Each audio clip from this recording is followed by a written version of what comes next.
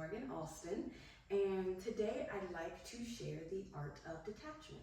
So I'm an industrial engineering student, and I will be integrating machines and workers and ideas together to produce a timely result. And in order to devise these systems, I have to use genuine communication, free of ego, in order to bring all these people together. So as someone who was born and raised in Beaufort, Georgia, kind of a small town, not having too many experiences, I wish to broaden my perspective by putting myself in new and kind of uncomfortable situations like these, like public speaking, so that I can be a better support to my colleagues in the future.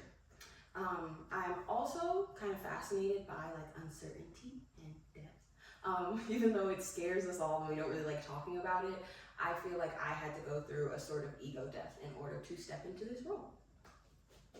So, there we go. Okay, so,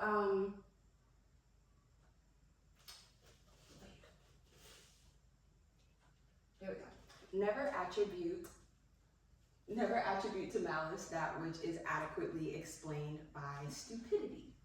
I know it sounds kind of harsh, but we've all been stupid.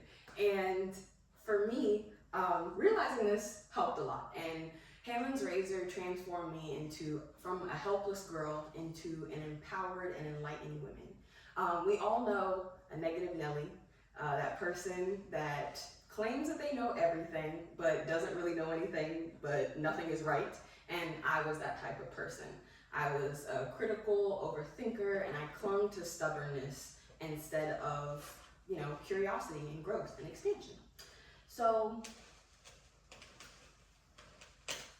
beneath every pessimistic comment is really a sensitive soul who's having a hard time navigating the challenges of life.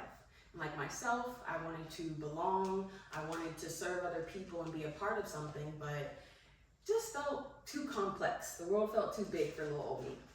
So I leaned into problem solving and optimization, and I started assigning blame to all of my issues. And as I got older and life got more complex, I assigned even more blame. But as John Collins Black explains in Bull and Thread, when we really lean into blame, we lose sight of how to solve the original problem. And this is what happened to me. So as I graduated high school and me and my friends kind of grew apart, the blame game crafted a villainous narrative that said they just simply didn't care about me and they didn't put in as much effort to be there for me.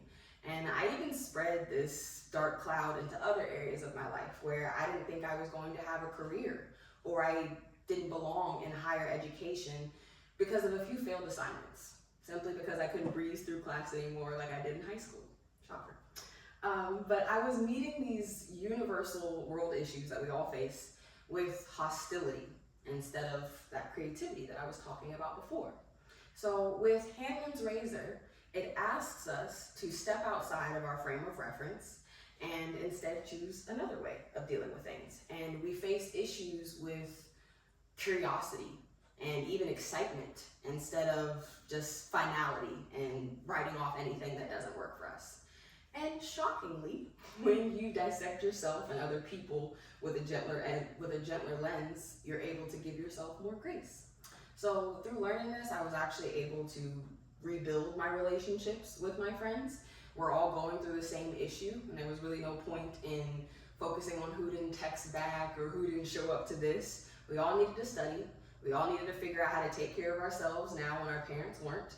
So we started doing laundry together and meal prepping, and again, focusing on how we could be there for each other and heal instead of assigning blame.